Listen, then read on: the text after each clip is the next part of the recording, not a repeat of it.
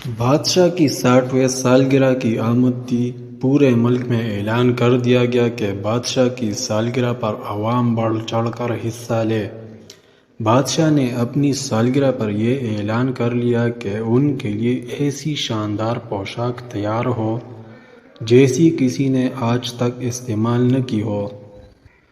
جو بھی بادشاہ کے لیے ایسی انوکھی پوشاک تیار کرے گا اسے انعام و اکرام سے نوازا جائے گا۔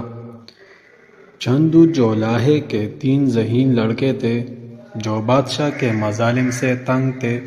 یہ تینوں بادشاہ کے دربار میں حاضر ہوئے اور بادشاہ سے کہنے لگے، ہم آپ کے لیے ایسا لباس تیار کریں گے جو آج تک بڑے بڑے بادشاہوں کو نصیب نہ ہوا ہوگا۔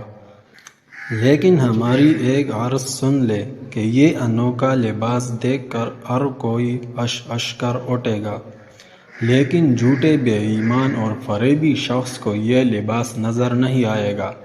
البتہ اخراجات بہت زیادہ ہوں گے کیونکہ کپڑا سونے کی تاروں سے تیار ہوگا اور لباس پر ہیرے جواہرات سے کام ہوگا۔ بادشاہ نے لڑکوں کو مطلوبہ رقم فراہم کر دی۔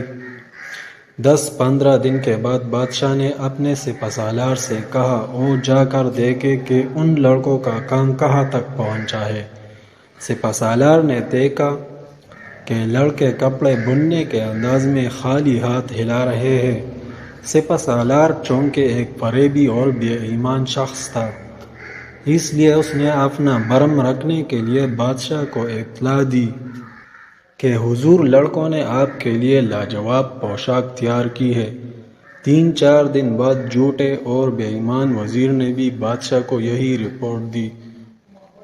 بادشاہ بہت خوش تھا کہ کل شام جب وہ پوشاک پہن کر درباریوں کے ساتھ گشت کرے گا تو لوگ اسے مبارکباد دیں گے۔ اگلی صبح لڑکے بڑے بڑے خالی تان لے کر محل میں آئے۔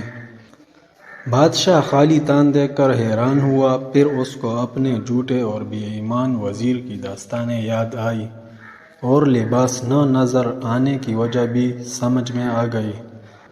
اس لیے اس نے مصنوعی مسکراہٹ چہرے پر سجائے ہوئے کہا، یہ لاجواب لباس ہے۔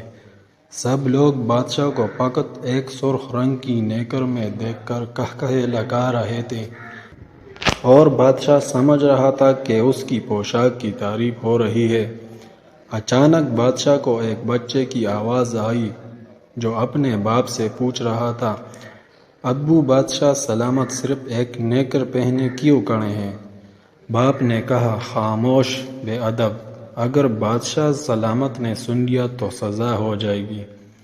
اسی طرح ذہین لڑکوں نے بادشاہ کو بیوقوف بنایا اور بادشاہ کے ظلم کا بدلہ لیا۔